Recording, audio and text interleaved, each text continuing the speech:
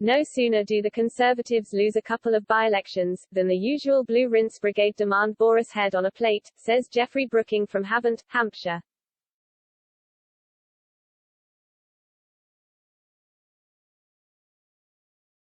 These people should take a read of the 2019 Conservative Manifesto because not only is it exactly what it says in the glossy mag but it is being delivered in record time.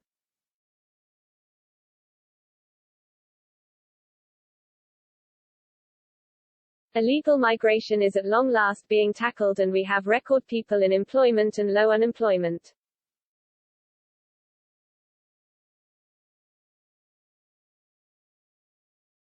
The spades are in the ground and tunnels are at last a reality for HS2.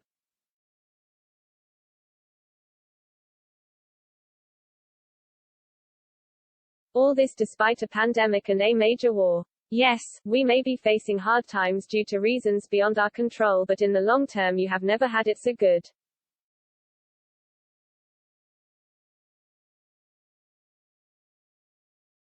Boris still the right man for the job.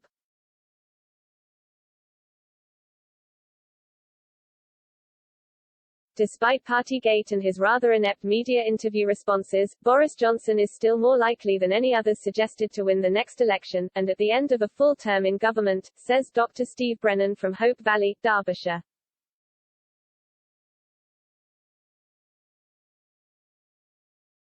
We must not kick him out now. He gets the big decisions right.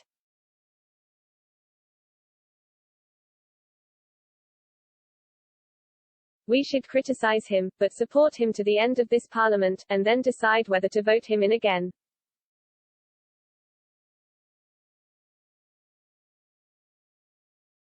Western leaders must promise to support Zelensky.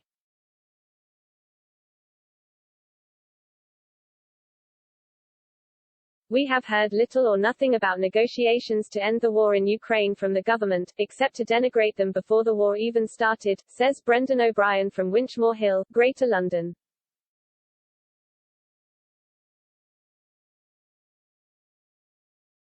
Have Joe Biden and Boris Johnson even discussed with President Volodymyr Zelensky that they could back him if he agrees to terms with Russia?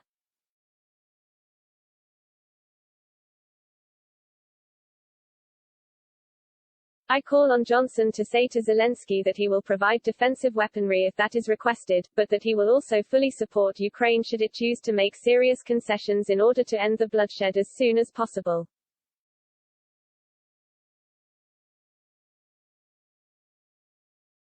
Prince Charles should stop his revisionism.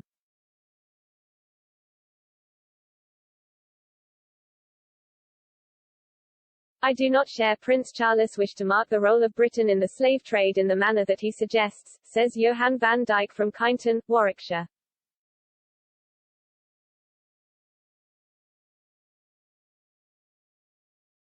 It was abolished more than 200 years ago and the nation has made amends over decades in the form of foreign aid, membership of former colonies to the Commonwealth, immigration when legal, and much more besides.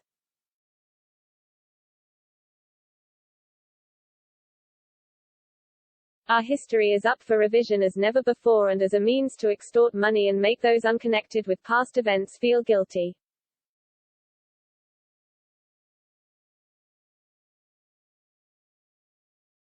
Wimbledon pundits need to show some restraint.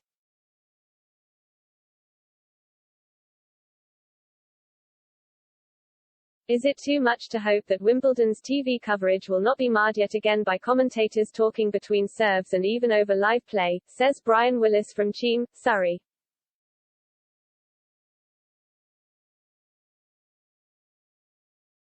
They seem to forget the audience's awareness of events on court. Let them show some restraint so viewers can enjoy the tennis without their incessant babble.